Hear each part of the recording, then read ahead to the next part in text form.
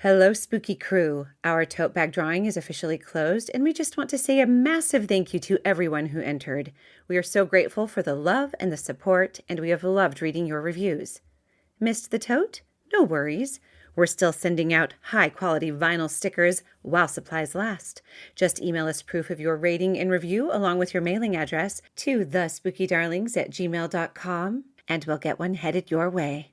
Quick promise, your address is only for mailing the sticker. No emails, no selling info, no funny business, just spooky gratitude. Thanks again for supporting the show. You are the reason we do this. Welcome back to the Spooky Darlings and happy first follow-up Friday. I'm Emily and this is the part of the show where we tie up loose ends and answer listener questions. Our plan is that once a month we will revisit spooky moments from the week and share any updates that didn't make it into the main episode. Whether it's listener theories, corrections, or just stuff we forgot to mention, we're here to set the record straight, or at least make it even weirder. Today we will be addressing episodes 1 through 4, and this is a special episode because we, the three sisters, are together in person recording with all three of us for the first time ever. Yay! All right. And we are with our families in McCall, and we sent all of them away to leave us alone while we record. And you are? I'm Haley. And I'm Nettie. And this is so exciting, you guys. So we're going to start with episode 1, which was Shadow People in the Hat Man, and just talk a little bit more about that and answer a listener email and read a couple listener experiences. Yes. It's gonna be very fun.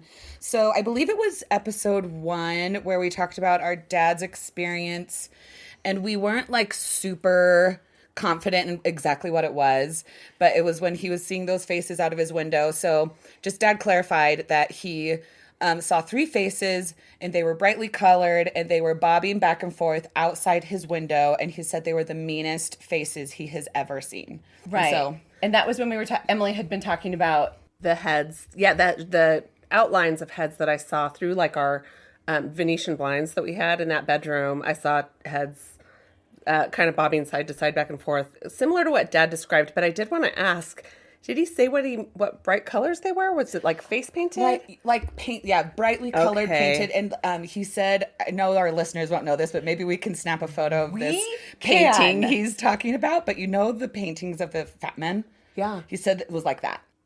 Oh, the Fat Man, where he was using a girl in his art class as his model, and she was so flattered, and then she saw the pictures of the Fat Man. And she was so devastated. She was so offended. Those pictures? It was a study in circles. And he had a poor girl pose. And, yeah. I don't think she was I think she was just a member of the class, wasn't she? Yes, she was a member of the class. But so funny. He said that she was like, oh, of course. Thank you. And then when she saw the pictures... Heartbroken. It's just like, why? We'll see if we can dig up those old paintings. Yeah. I think they're still hanging in the guest room. Okay, let's find them and try to put them up on our Instagram. Snap one. Mm-hmm. That will be on the Instagram. Mm-hmm. One of us does that this week. Haley, yes, we'll add it to the Instagram. And our Instagram is the Spooky Darlings. You can look us up. The Spooky Darlings podcast. Yes. Oh, yep. Thanks for adding that. Awesome. Okay, so we had a couple of relatives, actually, after recording the episode Shadow People in the Hat Man, because we actually recorded it like last fall. After recording, we had a few relatives tell us experiences that they'd had with Shadow People and with the Hat Man. And so part of what I thought was really interesting in the Shadow People episode was, and we've gotten a lot of feedback about it from our friends, was the discussion about the shape of the hat. Oh. And so go to our Instagram if you have not yet. We have some sketches that I made that Haley and Emily talked about in the show that I thought were quite accurate, but Haley referred to them as block people, or you said block people. And then to me, the drawings look like a pickle with a pilgrim hat. That is what the Hat Man looks like. We just didn't have the verbiage. Pickle Hat Man. Can somebody draw that for us? We would love it. Yeah. And so if you have your own, if you've seen the Hat Man and you can like do a sketch of what his hat looks like, we really want to know about the Hat Man's fashion. We want to know exactly what he wears. We did have a relative. Where can we get that hat? I kind of think it looks like, because we were saying cross between pilgrim, cowboy, and a top I hat. said a lot of hats, so I don't want you to hold me to anything. I think it kind of looks like an Amish person's hat. Okay. Like, Okay. and now that I saw like some sketches on Reddit, and then our relative that had seen the Hat Man did a sketch for us, which we will put on the Instagram for this episode. And this relative has seen the Hat Man a few different times, but I'll tell you about her experience real quick. She has a nut allergy, and at Thanksgiving one year, she accidentally ate something with pecans, took some Benadryl, took a little bit too much Benadryl, went home, laid down, and then she opened her eyes, but she was awake. She said, I don't even think she like fell asleep. She just was sitting there, and hovering in the corner of the kitchen where she was laying was a hatted figure rather than a hooded figure. A figure wearing a hat, just floating. Picture a pickle but with a cape. and a hat. And just bobbing up and down in the corner of the room. Actually, I think that if you can picture the Hat Man as a pickle bobbing, it's less scary. Shadow Man Larry Boy from VeggieTales. Oh my It's god! definitely less scary. And now we know why some people see him smile.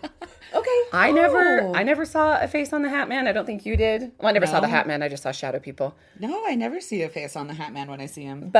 And neither did this relative of ours. And she drew it for us. That will be on the Instagram. So she saw it just bobbing there. And she said it was like for a significant amount of time, like for 5 minutes, just hanging out in the corner, sort of bobbing up and down. And then later, she saw the Hat Man, I think at another time. I don't think it was the same incident, but I also think it was Benadryl related.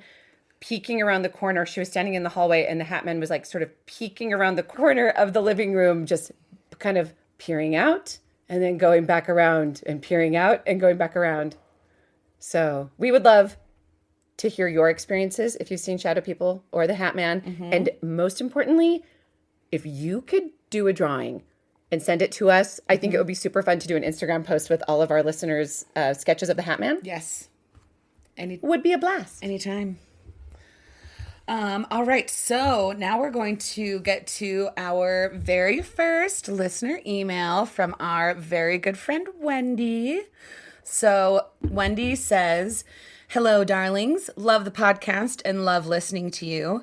After hearing your first episode about shadow people and the Hat Man, I had a question I've been thinking about. I'd love it if you might consider discussing it in a future episode. Why do you think some people seem more predisposed to having interactions with the paranormal, like encounters with shadow people or other ghost-like apparitions, while others go their whole lives without experiencing anything? The three of you have shared several stories of your own experiences, but I imagine many of your listeners haven't had anything like that happen to them. Love you, Wendy, your favorite and top listener. So thank you, Wendy. Thanks, Wendy. And congrats on being our first spooky emailer. Yeah, and I think even our first subscriber. Yes, she was. Yes. So thank you, Wendy. We appreciate that. And I think Haley said she has a prize for you. Uh-huh. But she doesn't know what it is yet. We're going to dinner. My treat. Oh, yay. And me too. Maybe. And maybe I'm invited, Wendy. Maybe. And nobody knows what Wendy we're talking about. So the predisposition to paranormal experiences, what do we think, sisters? Who wants to go first? I think we all have thoughts. So just me personally, I'm Emily speaking. I know we've had some listener feedback that we're tough to tell apart. I personally think that it's a little bit about whether you're willing to believe that these things exist. You know, like you can look in a dark corner and think you see something, and like I'm a skeptic usually, and I'll just kind of explain things away. And I think people that are open to thinking that it's something else will like form stories about it in their minds. That's my opinion, kind of. Mm-hmm. Yeah. Nettie, what do you think? Hi, this is Nettie. Okay, I actually think that something paranormal is happening when people see things like the shadow person or the Hat Man. But I think that sometimes the things that are paranormal can almost be explained away in a scientific way, like shadow people being seen sort of in twilight sleep. It's easy to say, well, you're, having a dream. But I actually think that it's because when we're in that state of twilight sleep, or for example, on Benadryl that your mind almost like unlatches a little bit. Your mind relaxes a little bit and kind of allows that, whether you want to call it like the third eye or like a veil, it allows that to be opened a little bit more so that you're able to experience things. So another word for unlatched would be unhinged. Is that what you're saying? Exactly, Emily. So we become a little unhinged.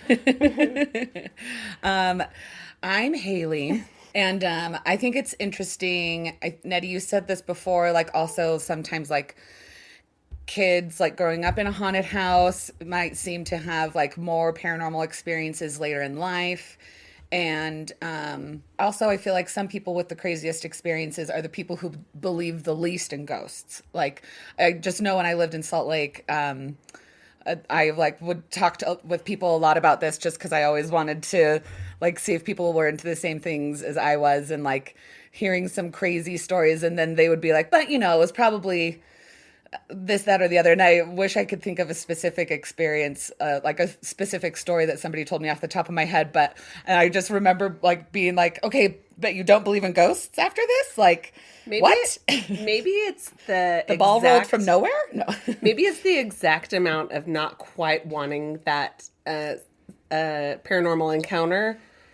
You know, because it reminds me of that Instagram I saw on Erica Badu's account where she was like, how am I not seeing aliens? I'm like out there singing the she's like, you know, anyway, it's just like she wants it too much, you know? Are you saying the paranormal is like, you're too desperate? Yeah, they're like, we're going to go for somebody that wants it a little less. Yeah, okay. Ghosts like to play hard to get. They do. And aliens.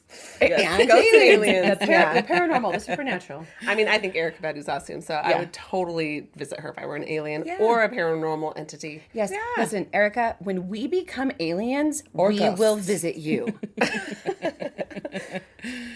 That's for a Oh, later man. episode about reincarnation where we become aliens. That'd be great. We kind of, we had a little bit of what my sisters thought was a spooky experience. Here in our cabin in McCall, we were just kind of up late one night and... We were talking about how when we came to McCall and we knew we were going to have a chance to record together, we searched for haunted places in McCall or for like true crime that happened in McCall, and this is like the gentlest place. We really could find nothing. We couldn't find anything at all. Every search we did came up with like a corn maze at Halloween time. Like there's like nothing. That's as haunted as it spooky or is. haunted here. Which I think I'd like to come to. It's probably the spookiest corn maze. Yeah. So we were like talking about paranormal stuff, and like we even like brought up a ghost app on Nettie's phone. And Yes, and it works. So Nettie has a ghost app where she can hold it and walk around in it. What does it sense? Like It sends electromagnetic Emily, this is serious. waves. Emily, You can tell who the Okay. skeptic is because Emily's Emily, cracking this up. is serious. Okay, so she has an app that Haley and I are interprets. wide-eyed in terror right now. She has an app that interprets something into what a ghost is saying to you. Oh yeah, so it does EVP, electronic voice phenomenon, where it's catching words from like radio waves that we can't hear. The human ear can't detect. So for some context, one time she used the app at the old opera house and it said cat. Yes, it did, and we always And knew it was scary. we always knew there was a ghost in the opera house. We just didn't know it was a ghost cat. We thought it was Opera. a man named George, but it turns out it's a cat who might be named George. And then this time she opened up the app and she was walking around and the app voice said, I see you. Yes, And I didn't understand what the app did. So she was like, oh, it's never done that before. And I just like kind of dismissed it because Emily also, rolled her eyes super hard. I didn't even know that was what. Okay. What? Oh, Yes. sorry. Wait, did I'm we just open up making the things app? up. Did we open up the app before the doors opened by themselves? Yeah. Oh, okay. So then, sorry to bury the lead. Then what happened? Why don't you tell it, Nettie? Okay, so I think that we had settled down a little. We're sitting around the kitchen table, and all of a sudden we look over at the kitchen door, which is just like a door with a glass window, and it just opens by itself. And so Haley and I and Emily all Nettie look at saw each other. somebody walk by. Oh, yeah. And I swear I saw like a white figure walk by. So I was like, I swear I just saw something walk by, and that door just opened by itself. Now, what did our resident skeptic do, Emily? So I did go and open the door and shut it a few times, and you could see like a reflection of light go back and forth on the wall opposite the door, just from. I mean, it was clearly a light reflection. It was not a ghost walking by. This is a really, really old cabin. So there's an old timey telephone on the wall from the 80s, maybe 90s. And I think it was actually maybe the reflection of the old timey white telephone. And it rang, not this night, but it was somebody trying to get us to get their Google something or other. Oh, they wanted home improvements. They wanted home improvements. A haunted telephone, you say. Anyway, so but that's not the end of the story. okay, so that happened. So we were a little on edge. We shut the door. It's a windy night. Kids in and out. It's possible. The door was probably not latched and it blew open. We shut the door. But we knew 100% that the front door was latched. So this is a different door, but in the same room. So yeah, we have a side kitchen door and then we have a front door. I'm tired at this point. I go to bed. I've had enough of these fools. Hey, Haley and I are sitting in the living room, but the door to Emily's room is right off the living room. So it's open and we can kind of like still hear each other. Yeah. Yep. And see each other. Yep. And then all of a sudden, we hear what sounded like someone rattling the doorknob. Or unlatching the doorknob. I just thought someone was rattling it. And then I thought, is it locked? Is a kid trying to get in? And I immediately went to murderer. Yeah, yes. So we look at each other and we're like, did you hear that? And we like, You poked your head in my bedroom where I just laid down. I was not asleep yet and asked if I heard it. And I had heard it, but I thought it was just somebody walking outside or something. Yeah. I didn't think it was. Emily goes, I thought it was someone coming in or going out. And we're like, no. And then Nobody. immediately the front door blew open. Then Well, the front it door sounded like the door handle turned and then the door opened. I scream. I was like, like, it was that is so. Go-to I hope scream. that didn't hurt your ears, listeners. I'm No, sorry. no. I'm not, don't worry. I got you. And then, so Nettie starts laughing, of course. But in terror, and there was nobody there. I react that way because I'm the oldest sister. If I'd is. been by myself, I would have screamed. But I was the oldest sister, so I'm not as scared when I'm in protector mode. And we are all in our 40s. So anyway, yes, we are grown women. the door came open, and I think what we all forget is that it is like a spring mechanism. So if it's mostly latched and the wind blows hard, it Look will at make this. a sound. Listen And to it this will blow open. skeptic ruining our haunted fun. Here's Emily trying to be reasonable again. It's just who I But we am. need you. But we need you. So then, but then Totally could have been something like that. Okay, so Emily- it was immediately after that I like was laying there. I hadn't fallen asleep yet. I was laying there and I swear I thought somebody blew in my ear, but it was like very cold air. Like I thought maybe Haley had like sucked on an ice cube and like snuck in and blew in my. I don't know. Like that was. What I love came that to my- that's your immediate thought of like, did Haley? Haley go get an ice cube and then quietly crawl in bed with me? But I kind of startled and like looked over my shoulder and nobody was there. Yeah. So that Ghosts. was the ghost saying. That's what That was the ghost saying, "Hey, resident skeptic, here I am." He's like, Yes. oh, you don't believe in me? he's like, I already accidentally scared those two yahoos who already believe. Not accidentally. He's It was so annoyed. for sure on purpose. I'm sure it was just. I mean, we had fans and stuff in the house. I'm sure it was just kind of some random breeze that came Yes. through. But we had a good laugh about we had it. fans because it's a hot night. And a haunted house. That's what I thought you were going to say. but I she did too. finished it. We had fans because it's a haunted house. That wouldn't have made sense, It guys. would not. No. We had fans because it was a hot night. So tell me, how did Emily feel ice cold air blow into her ear? Yeah. If it wasn't right. Haley with an ice cube. Yeah, if it's how- not me with an ice cube in my mouth laying in bed next to you. How did doors blow open with all that wind and all those fans? All that hot air. So, okay. Anyway, moving on. We had another friend of ours reach out and share his experience with the Hat Man, which is really pretty awesome. And he gave me permission to read it and to use his name. So this is from my friend Tim and his experiences with the Hat Man. Jeanette.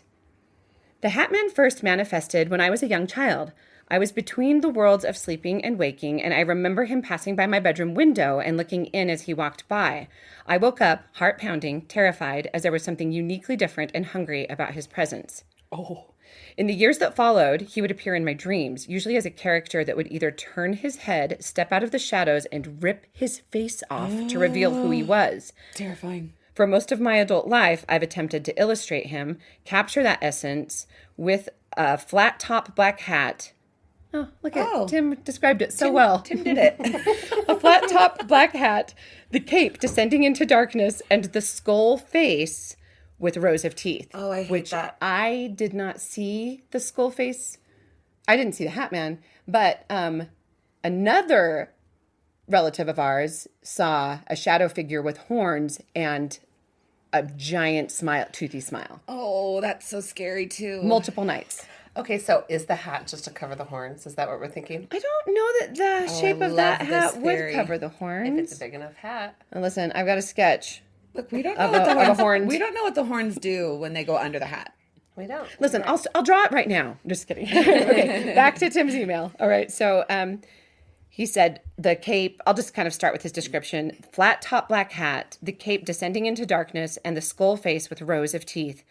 About a year or so ago, I started having nightmares when I would take afternoon naps. Terrifying. And once in a while, he would reveal himself right before I woke up. It wasn't until I brought him up in therapy that I realized he was a global phenomenon. So he didn't even know until he talked to his therapist that this was something a lot of people saw. And a lot of people might not notice that. Like, I think that, like, a lot of younger people that I've talked to have no idea that, like, shadow people, sleep paralysis, and the Hat Man are seen everywhere. Yeah. Okay, so global phenomenon. And a modern Jungian archetype. Did I say that right? Archetype, yeah. No, Jungian. Jungian, yeah. You got it. Yes. Did I say archetype right? Almost. I love that we even had a discussion about Jungian before, and you just were like, archetype? Yes. We did. She said archetype instead of archetype. Oh, Okay, and a modern... Okay, he was a global phenomenon and a modern Jungian archetype shadow figure. I was encouraged after one particularly brutal dream to address him instead of wake from him. Ooh. Which when I tried to do, they went away, if you remember from the episode. yeah. They were like, oh, we're out of here. Yeah, they're like, oh She she's wants boring. it too much. Desperate. Trying so hard. That's the problem. All right, back to Tim's message. Okay.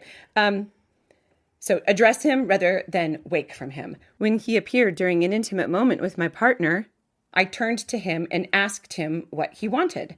To my surprise, he replied, "Remember what you are."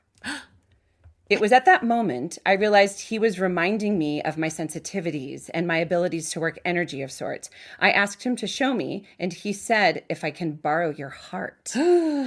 What? I said, "Only if you give it back." He showed me not to be afraid of what I see. I seriously have chills right now. Me too. I had chills so bad. So the biggest chills the first time I read that. So only if you give it back. He showed me not to be afraid of what I see when I'm with people or working their energy, and how to pull from the room if I needed help. I did have to remind him to give my heart back, Oh my God. which he did. But he asks hungrily after it once in a while. Oh. Does that Remind remind you you? of that book? Yes, that the Josh Malerman Malerman book? book. Yes. Oh man, yeah. The book we're talking about is called Incidents Around the House, and it is It's a a spooky very book. spooky good read. And I think we talk about it on a future episode. Since we're not quite releasing these in order, we recorded a bunch over the past Almost a year several ago, months, yeah. and now this one will be released like in a few days, but we'll be releasing our previously recorded one sooner. And so I can't remember which one we talked about Josh Malerman on. I'd say it's a future episode. It's okay to bring it up twice. Yeah, we can bring it up You're 3 or 4 welcome. times. You're welcome, Josh Malerman. Is it Malerman or Mallerman?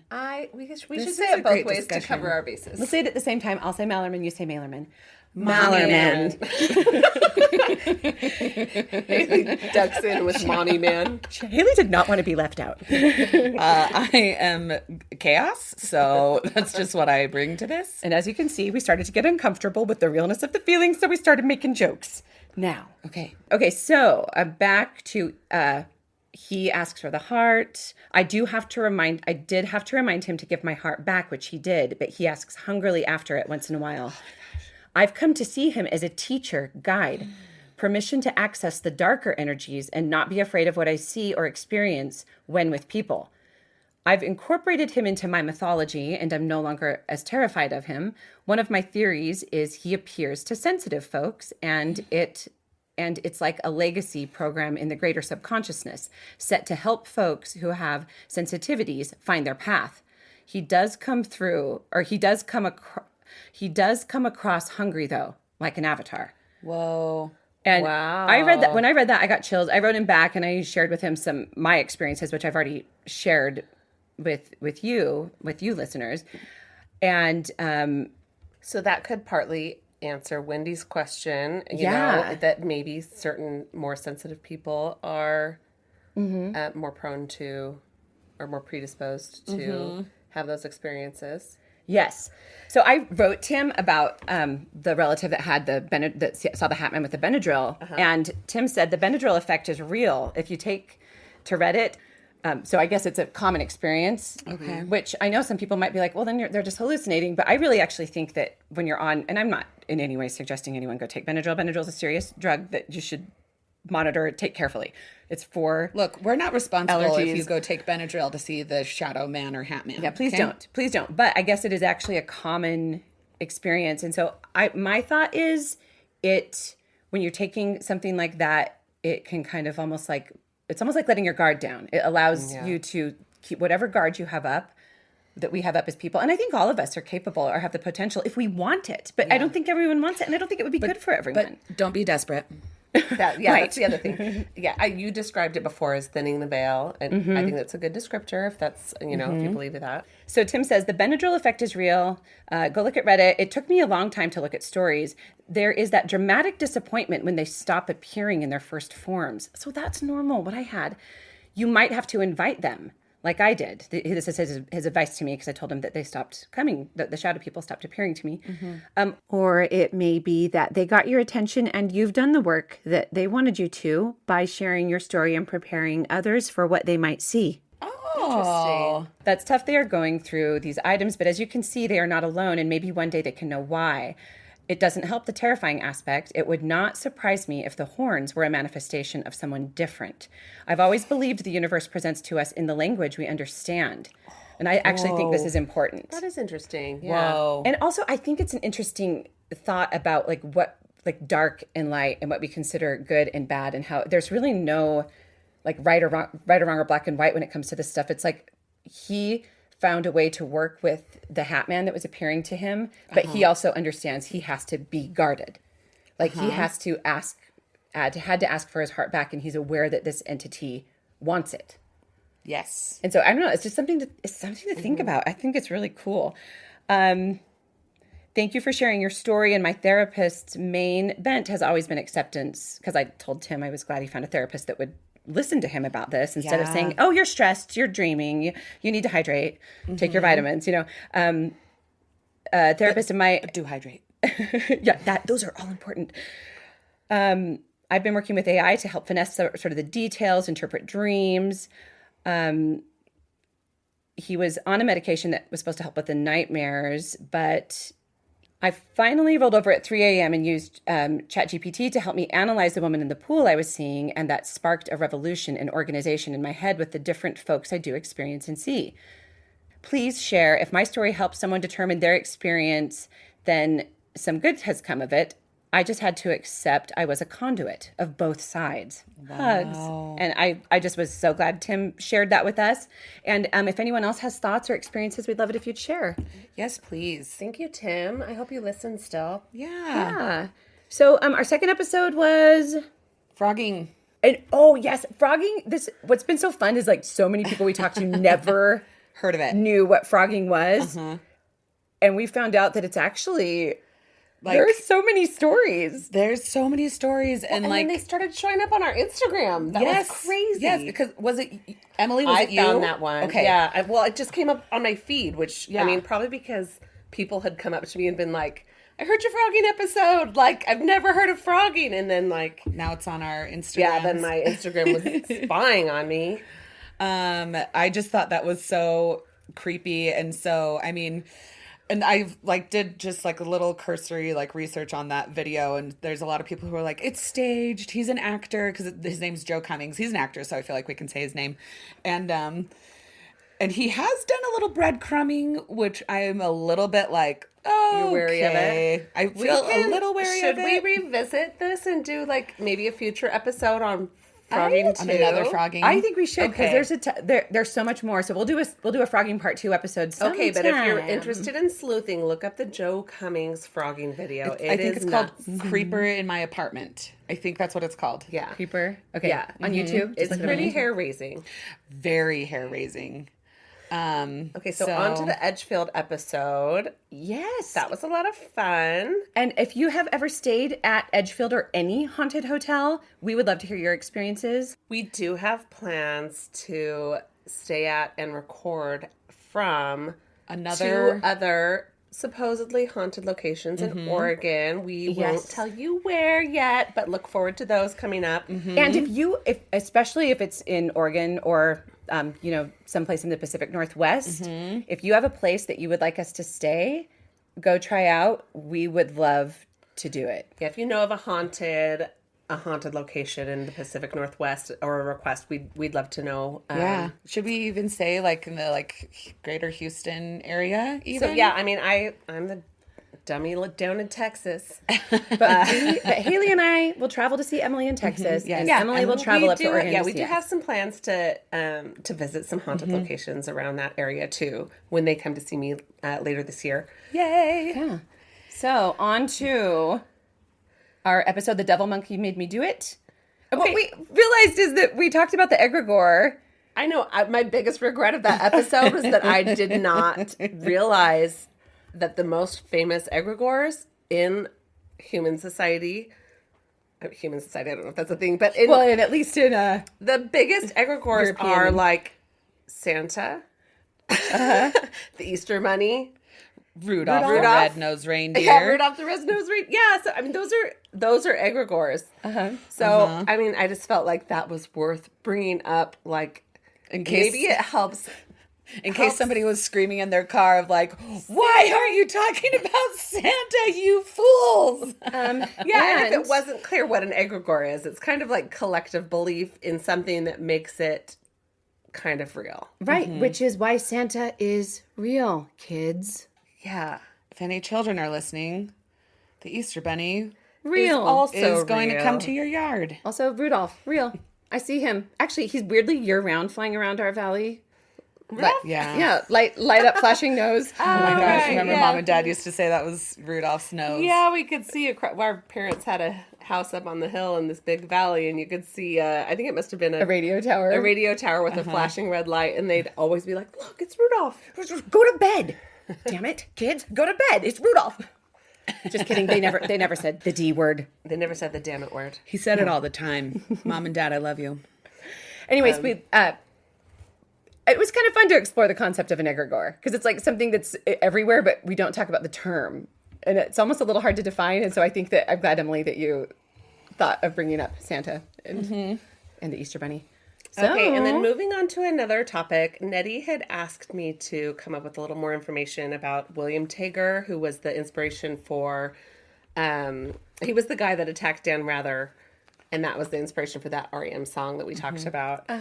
what's the frequency, Kenneth? Yes, and it's tough to find information about this guy, but I did a little bit more digging, and so the sources I have include findagrave.com, the Gen X Jukebox Substack, and also Murderpedia.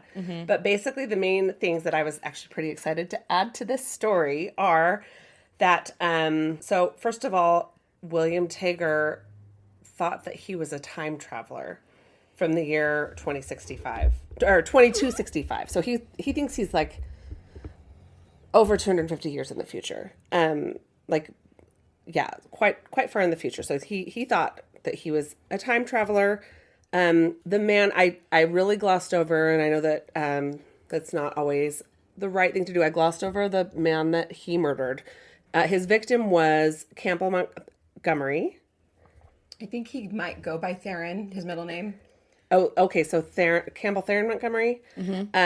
He was a stagehand at the NBC studios in New York City at 30 Rock, and he was approached first by William Tager, and then Tager went back to his car, Montgomery went to go try to alert the police, and William Taker shot him in the back. And he did die in the hospital from his injuries. It was pretty tragic. I do have his obituary, which I'll just read to you really quickly. Campbell T. Montgomery. Maybe I'm wrong. Maybe he goes by Campbell. I think he might go by Campbell. It's okay. You've said that a couple times, so I sometimes just go with what you say. So Campbell Theron Montgomery, 33-year-old son of Larry and Carol Montgomery of Hanson, was killed August 31st while working for NBC in New York City. He was born December 29th, 1960 in Fairfield, California. He received most of his schooling in New York City and Los Angeles. He married Marie Claire Antoine in France, and they moved back to New York City, where Theron worked as a stagehand for the major networks. Theron was a member of IATSE. Theron had a love for life and a particular love of motorcycles and will be missed by all who knew him. He is survived by his wife and mother, Sand, and both of New York City, his father and stepmother of Hanson, his brother and friend, Todd Montgomery, and Todd's wife and son, as well as his maternal grandmother and various aunts, uncles, and cousins. He was preceded in death by his grandmother and grandfathers. So I just thought it was kind of nice to highlight that life that was lost. I mean, that was tragic. And then, as we said, after William Taker was apprehended for that murder, Dan Rather did say that that was the guy that had attacked him. I know we talked about whether it was one or two attackers, and Dan Rather actually said that he might have been wrong. He did say that it was two attackers, but it was intense, and he's not sure. But reports sometimes say two people, sometimes say one people, but he knows that William Taker was definitely there. I mean, and the guy that was saying repeatedly, Kenneth, what is the frequency? So he was apprehended pretty much immediately after the murder, and he spent time in Sing Sing. He was diagnosed with paranoid schizophrenia. He claimed that the media was controlling his thoughts through brainwaves, and that's why he was trying to get into NBC to figure out what was going on. He pleaded guilty to manslaughter.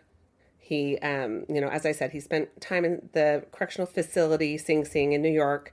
During the psychiatric evaluations, he told his psychiatrist there in the prison that he was part of a time travel experiment gone wrong. He claimed that he was from the year 2265, as I mentioned earlier, that he was a soldier sent back in time, that he needed a transmission key to return to his home, and that media signals were interfering with his mission. And he said that Dan Rather very strongly resembled the vice president from his real timeline, 2265. Whose name must be? Kenneth. Yes. So Taker reportedly confessed to the assault of Dan Rather while being evaluated for his role in the murder, but law enforcement, they kind of just closed the case and named him as the perpetrator, but didn't really, it was past the statute of limitations at the time that he was apprehended for the murder. So that's just kind of that's just where it stands. He was released from prison in 2010 and has been quite quiet since then. Very little is known about him. His parole agreement it limits his movements. He is purported to have worked on at least one episode of a children's animated television show called Hey Dougie. Oh, I've heard of Hey Dougie. You can find him as a mention on one episode in 2019. Oh, and other than that, that's all we know about William Taker and those incidents. Thanks for the update on that. Thank you. Cool. That you found that article. I think, if I remember right, you found an additional article after we recorded, and you're like, "You guys, he thought he was a time traveler," and we're like, "We have to talk about that. That's pretty amazing." It's just such a nuts story.